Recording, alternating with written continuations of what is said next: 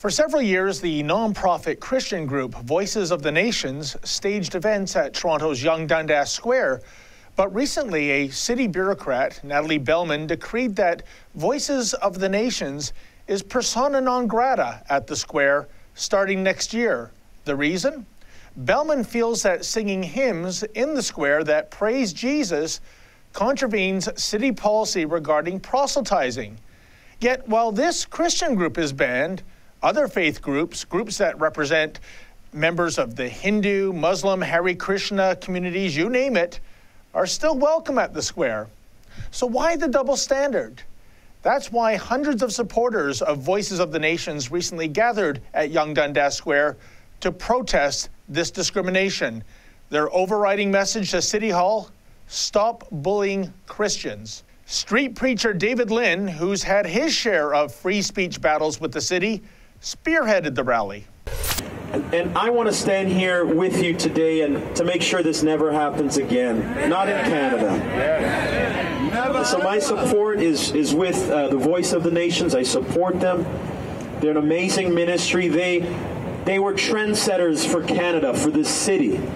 When there was no other major Christian event, Peter Ruparelli and the Voice of the Nations had a vision to bring Christians of all denominations together with one voice to sing the praises of Jesus. And that's exactly what they did, and they stuck with that vision, and look at what the Lord has done. Amen. The Rebel.Media's very own Faith Goldy was also at the rally, and she spoke passionately about how the city is singling out one religious group for proselytizing while turning a blind eye to others. There's one name that we haven't mentioned today: Mayor John Tory. Yes. Why so quiet, Mr. Mayor? Would you allow Muslims to be banned for daring to utter the name Mohammed? Why can we not say Jesus in the square? Say it with me.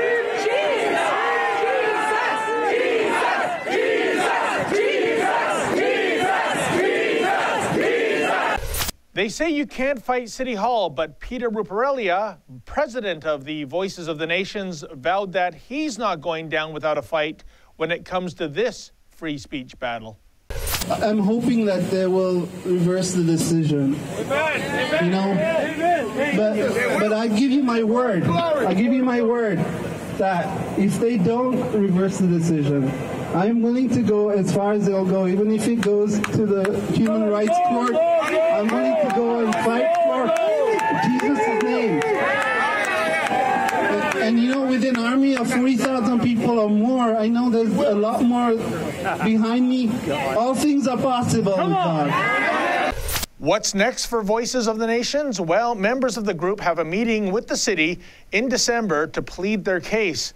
After all, the City of Toronto is all about tolerance and accommodation and diversity. So the question arises, why are some religious groups tolerated and accommodated at Yonge-Dundas Square more so than others? For the Rebel.Media, I'm David the Menzoid Menzies.